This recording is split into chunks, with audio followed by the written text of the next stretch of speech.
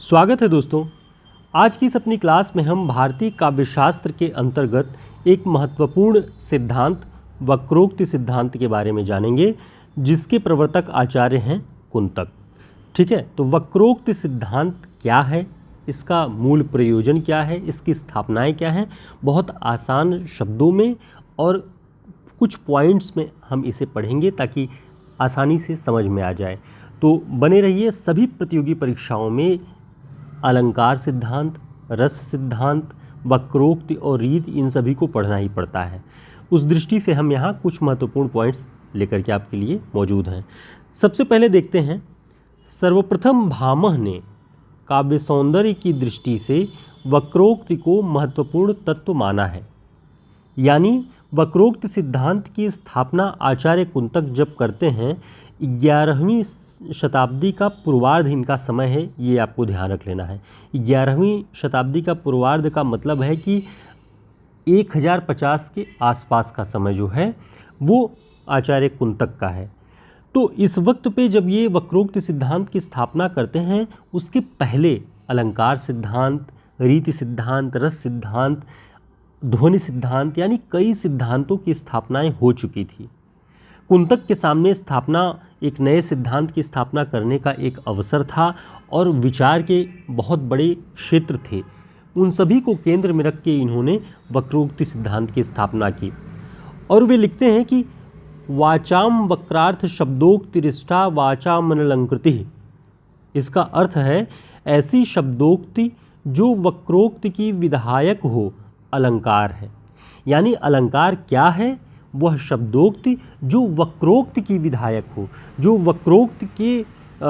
वक्रोक्ति में अर्थवर्धन करती हो, अर्थ का विस्तार करती हो, वक्रोक्ति को बढ़ाती हो, वही शब्दोक्ति अलंकार होगी। वक्र उक्ति यानी जहाँ अभिधा में सीधी सीधी बात कही जाती है, वक्र उक्ति में, वक्रोक्ति में वही बात व्यंग रूप में कही जाती है।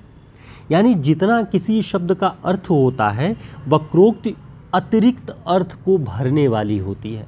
तो बड़ी सामर्थ्य होती है। और काव्य रचना में जो कवि प्रतिभा होती है, कवि के अंदर सामर्थ्य होता है रचना का, उसके लिए वक्रोक्ति का होना बहुत महत्वपूर्ण है, ये कुंतक कहते हैं।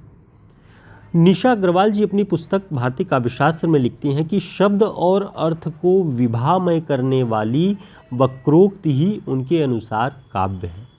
यानी कुंतक के अनुसार काव्य क्या है? जो शब्द और अर्थ को और अधिक विभामय कर दे। शब्दार्थों सहितो काव्यम भामह का आप सभी जानते हैं, लेकिन शब्द और अर्थ में अतिरिक्त जो संयोजन की क्षमता बढ़ाती है, वो कौन बढ़ा रही है? वक्रोक्ति। और वही काव्य होगा, ये कहते हैं कुंतक। ठीक है, आगे देखते हैं। कुंतक कविकर्म की श्रेष्ठता के लिए वक्रोक्ति को अलंकारों के मूल में स्थापित करते हैं। वस्तुतः वक्रोक्ति कथन का विशेष प्रकार है। भामह की बात करें तो भामह क्या करते हैं कि सभी अलंकारों की श्रेष्ठता के लिए वक्रोक्ति को महत्व देते हैं, लेकिन वक्रोक्ति को ही सर्वश्रेष्ठ अलंकार और बाकी अलंकारों को वक्रोक्ति के अंदर समाहित करने की बात कुंतक कहते हैं। यानी जितने भी प्रकार के अलंकारों के नाम आप जानते हैं, कुंतक का कहना है कि वक्रोक्ति के अंतर्गत वे सभी आ जाएंगे। लेकिन भामह कहते थे कि सभी अलंकारों के बीच में, उनके मूल में वक्रोक्ति व्याप्त है। तो ये यहाँ पे स्पेशली जो है कुंतक वक्रोक्ति को सबसे ऊपर रखते हैं और बाकी अलंकारों को उसके नीचे रखते हैं। इसको आपको ध्यान रखना है। वे लिखते हैं, शब्दार्थो सहितो वक्र कवि व्यापार शालिनी बंधे व्यवस्थितो काव्यम तद्विदाह्लाद कारिणी। इसका अर्थ है कि कवि के वक्र व्यापार से सुशोभित तथा काव्य मर्मज्ञ को आह्लादित करने वाले बंध में व्यवस्थित शब्द और अर्थ का मंजुल सरस समन्वय ही काव्य है। इसका अर्थ है कि कवि के भीतर एक वक्र व्यापार हो, शब्द और अर्थ के बीच में वक्रता जो स्थापित करना है, वो उसके अंदर वो क्षमता हो, तथा काव्य मर्मज्ञ यानी सहृदय जो होते हैं, जिसे बाकी लोगों ने सहृदय कहा है, सहृदयों को आह्लादित, आनंद पहुंचाने वाला हो। यानी कोई नाटक, कोई काव्य पढ़ने वाला पाठक सहृदय है, नाटक देखने वाला सहृदय है, उसको कोई काव्य की, किसी काव्य की वक्रता यदि आह्लाद आनंद देने की क्षमता रखती है तो वही श्रेष्ठ काव्य है। ठीक है, ये कुंतक की स्थापना है। वे कहते हैं कि वक्रोक्त ही एकमात्र अलंकार है, बाकी सभी अलंकार उसमें समाहित हैं। तो ये उसकी स्थापना है। अब एक और विशिष्ट बात जहाँ से थोड़ी सी रोचकता इस सिद्धांत में आ जाएगी, आपको ध्यान देना है। वक्रोक्ति के लिए सबसे आवश्यक वे क्या मानते हैं? अतिशयता, एक्सट्रीम लेवल, वक्रोक्ति का एक्सट्रीम लेवल। लेकिन कहीं भी जब अतिशयता हो जाएगी वहाँ पर उदंडता की संभावना बन जाती है। अब किसी शब्द और अर्थ से युक्त काव्य में वक्रता होते हुए उदंडता न हो, यह किस पर निर्भर करती है? यह निर्भर करेगी कवि की प्रतिभा पर। कवि का जो टैलेंट है, उसकी जो काव्य की शक्ति है, काव्य करने की शक्ति है, प्रतिभा है, वो क्या करती है? वो मैनेजर का काम करती है, वो संपादन करती है उस अतिशयता का, ताकि वो अतिशयता उदंडता में न बदले। इस बात को मूल में तो रखते हैं, लेकिन उसका कंट्रोल करने के लिए काव्य प्रतिभा, कवि की प्रतिभा को आवश्यक मानते हैं। इसका ध्यान रखने पर वक्रोक्ति सहृदय के लिए आनंद का विषय बन जाती है। यानी जब अतिशयता, वक्रोक्ति की अतिशयता, आप बहुत वक्र बात, बहुत व्यंग बात बोलें, लेकिन वो उदंडता की सीमा के अंदर रहे, तब वो सहृदय के लिए आनंद का विषय बन जाती है। लेकिन जैसे ही वो उदंडता हो जाती है, तब वो आनंद का विषय न हो करके वो अलग अलग विकृतियाँ सहृदय के मन में पैदा करती है। इस अतिशयता को नियंत्रित करने के लिए कवि की प्रतिभा महत्वपूर्ण होती है।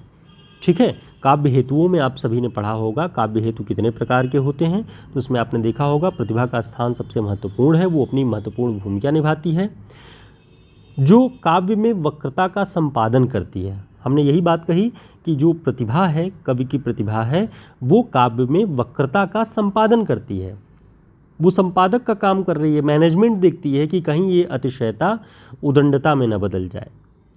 और कवि की प्रतिभा किस चीज़ पे निर्भर करती है? वो व्युत्पत्ति और अभ्यास पर।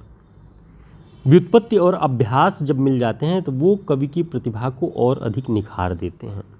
तो ये कुंतक ये मत अपना देते हैं कि कवि प्रतिभा बहुत आवश्यक है ताकि वो वक्रोक्ति को मैनेज कर सके, लेकिन वो प्रतिभा काम तब करेगी जब व्युत्पत्ति और अभ्यास के माध्यम से उसे निखारा जाए। इससे स्पष्ट है कि कुंतक कवि के स्वभाव और उसकी प्रतिभा को महत्व देने वाले आचार्य हैं। यानी कवि का स्वभाव कैसा होगा ये उसकी काव्य रचना पे बहुत असर डालता है, उसकी, क्योंकि वैसी ही उसकी चेतना होगी, वैसे ही उसके शब्दों का चुनाव होगा और वैसा ही उसका व्यंग होगा। तो इसलिए कवि के स्वभाव को महत्व देते हैं कुंतक। थोड़ी सी बातें और जो महत्वपूर्ण हैं आपके लिए, आप ध्यान रखेंगे कि कुंतक ने वक्रोक्ति को क्या कहा है? अपूर्व अलंकार कहा है। ठीक है, कुंतक ने रीति के स्थान पर मार्ग शब्द का प्रयोग किया है। भामह ने रीति शब्द का प्रयोग किया है और कुंतक ने रीति के स्थान पर मार्ग शब्द का प्रयोग किया है और 3 मार्गों का उल्लेख करते हैं। तो कुंतक ने कितने मार्गों का उल्लेख किया है? 3 मार्गों का। कौन कौन से? सुकुमार, विचित्र और मध्यम मार्ग। ये मार्ग वे हैं जिससे अलंकारों का प्रवेश होता है।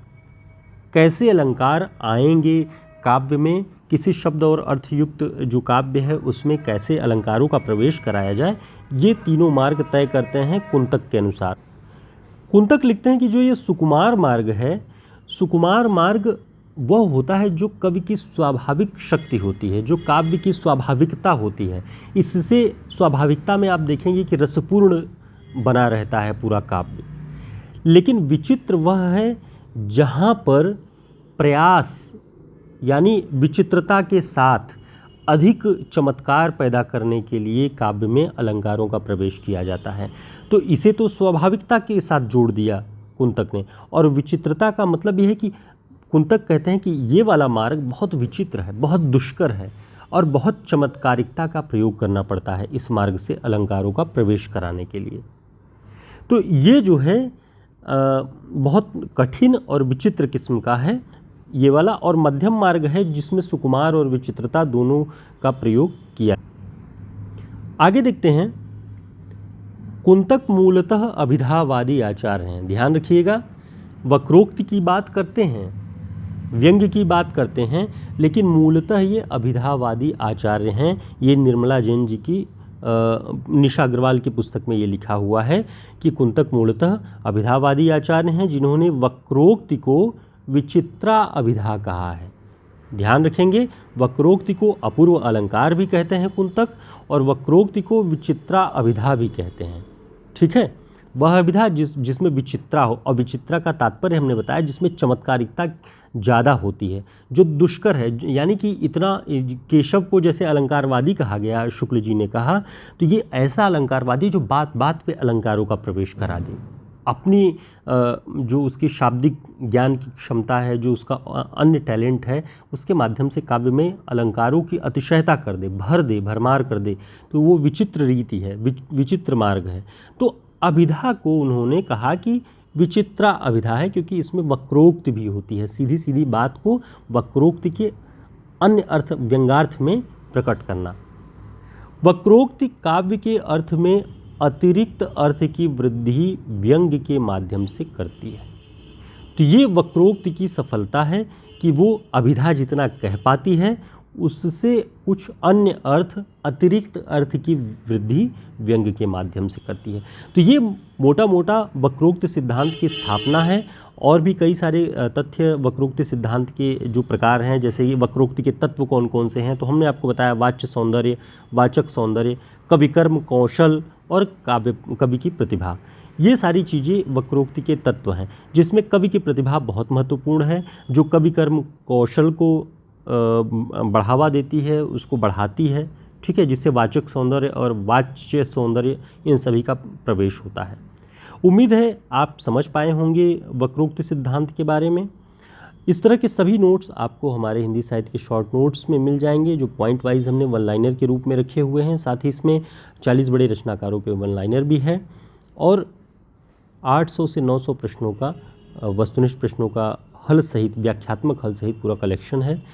ये आपको हमारे व्हाट्सएप नंबर पर संपर्क करके आप इसे ऑर्डर कर सकते हैं। साथ ही टीजीटी, पीजीटी, डीटीपीएसबी एग्ज़ाम के लिए महत्वपूर्ण 1000 प्रश्नों का ये संग्रह आप इसे पीडीएफ फॉर्म या प्रिंट फॉर्म में प्राप्त कर सकते हैं हमारे नंबर पर संपर्क करके।